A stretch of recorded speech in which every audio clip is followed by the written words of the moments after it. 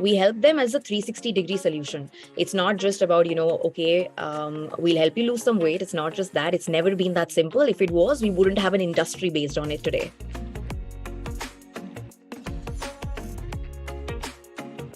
When I say that I am a nutritionist, primarily what's going to happen is that you will look after people's food choices, intolerances, help them with nutritional deficiencies, help them achieve a certain kind of weight loss goal or weight gain goal, muscle building goal, fat loss goal, those kinds of things, right?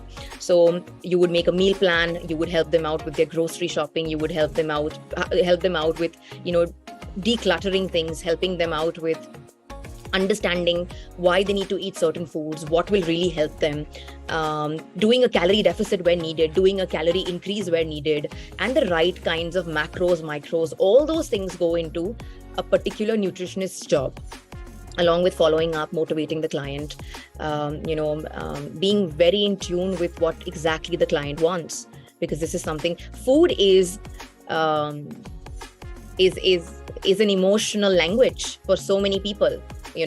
It's not just something that we eat to sustain. That's very clear now, especially in the age that we stay in. We have a very strong emotional connect to food, which is why the rise in emotional eating, the rise in stress eating, the rise in, a lot of people going into food disorders.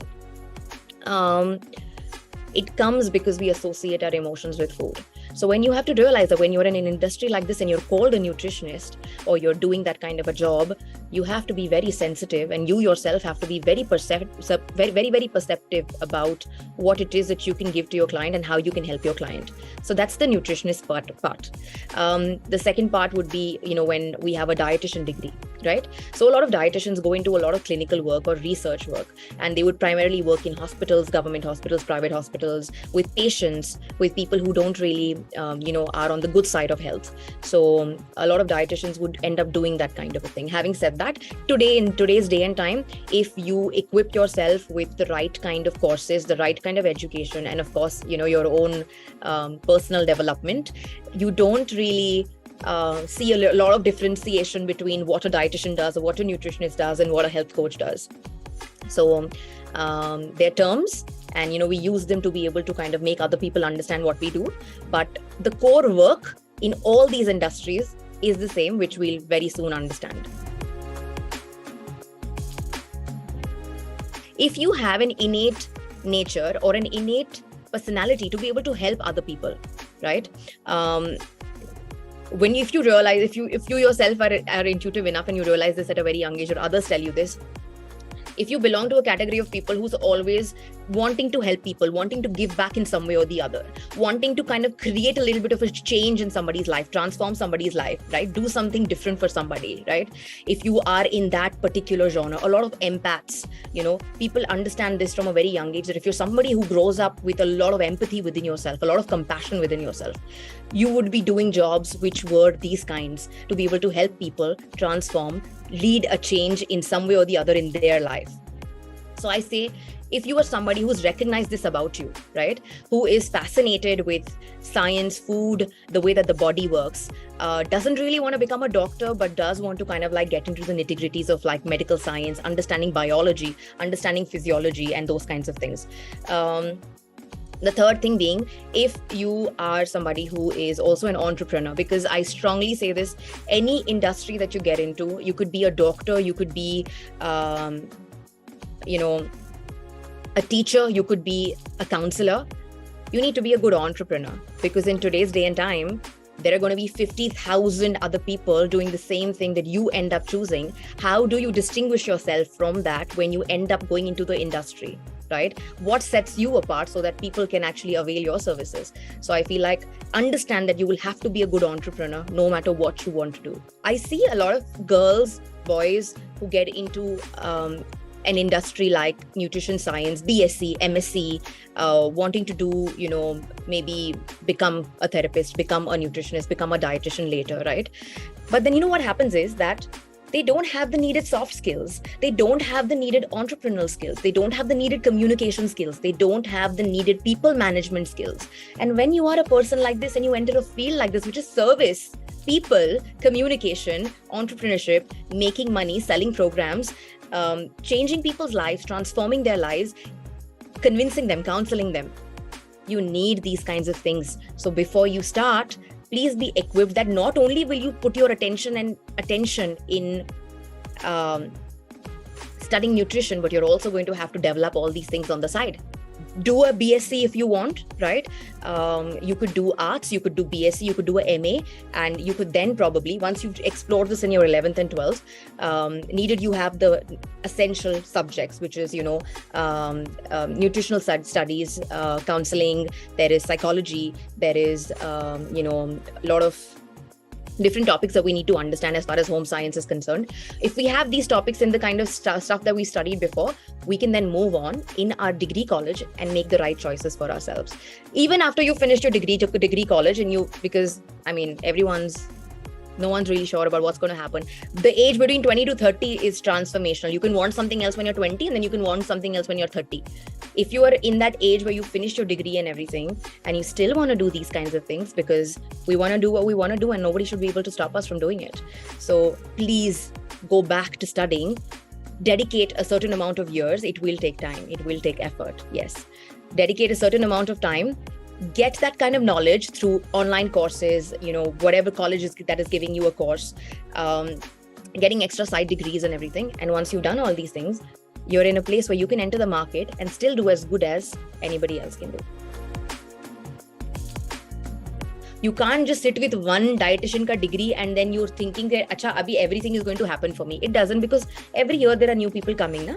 Every year there will be a new fresh batch of people coming and wanting to do the same with young blood. So how is it that you are refining yourself? How is it that you are learning more, enhancing your knowledge, right? So that path, if you take that path of, constantly being in tune with everything that's happening, being at the top of your game with technology, being at the top of your game with social media, being at the top of the game with marketing, being, as I said, the person that can help people. Not everybody can do it. It's not everybody's cup of tea. But if you are somebody who knows you can do it, get into the field and you'll understand what the growth is year after year after year after year.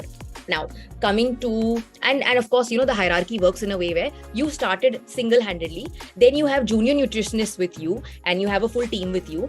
Then you're at the more senior level and, you're probably doing the consults, and then everybody else is doing the follow-ups and everybody else is doing the monitoring of the work with clients and everything. And you're the main person who actually kind of, looks into the working of the system or supervises every single thing that is happening. So that's one thing. Job perspective also, same hierarchy. You start out as an intern, then go to junior nutritionist, then go to senior nutritionist, and then if all is working well for you and tomorrow you want to start your own practice, you can have a clinic of your own and you can do your own trajectory as far as it's concerned, right? Now, the fun part, rather the very interesting part, the finances. When I started nutrition, and when I started getting into this, I come from a very strong business family. I come from a very strong entrepreneurial family. And a lot of my family members told me that diet plan और सब तो ठीक है, पर पैसा कैसे बनाओगे इसमें? And at that point, that kind of rattled me as well, because you're like, okay, I love to help people, I want to do things, but then bank balance kaisa banega? How will I figure things out? Because end of the day, I am also an entrepreneur, so that also is going on in the back of my head. So I'm just thinking that, how is it going to work? And honestly, please don't worry, because it's the same way that the professional growth is exponential, the financial growth is exponential.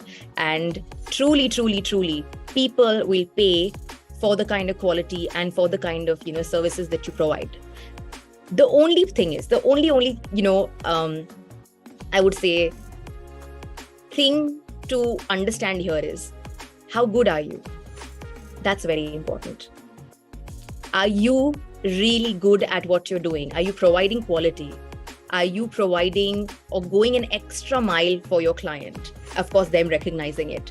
Are you equipped with other things to help them as well, rather than just, because it never really is just food, right? If you can do that, if you can do and go an extra mile, I feel like, how much sounds good? Does 5 lakh a month sound good to somebody? Well, that's possible. Does 10 lakh a month sound good to somebody? That's possible. Does 20 lakh a month sound possible to somebody or good to somebody? That's possible as well. So it just truly depends on how passionate you are, how ambitious you are, and where you can take yourself to from, ground level to the way up. If you can achieve that, any field, and I'm telling you, the coaching industry, the nutrition industry, the fitness and the transformation industry can offer that to you, because not everybody can give other people support. And if you are that individual who can support people, who can see people for what they really are, who can help them, guide them, the world is your oyster.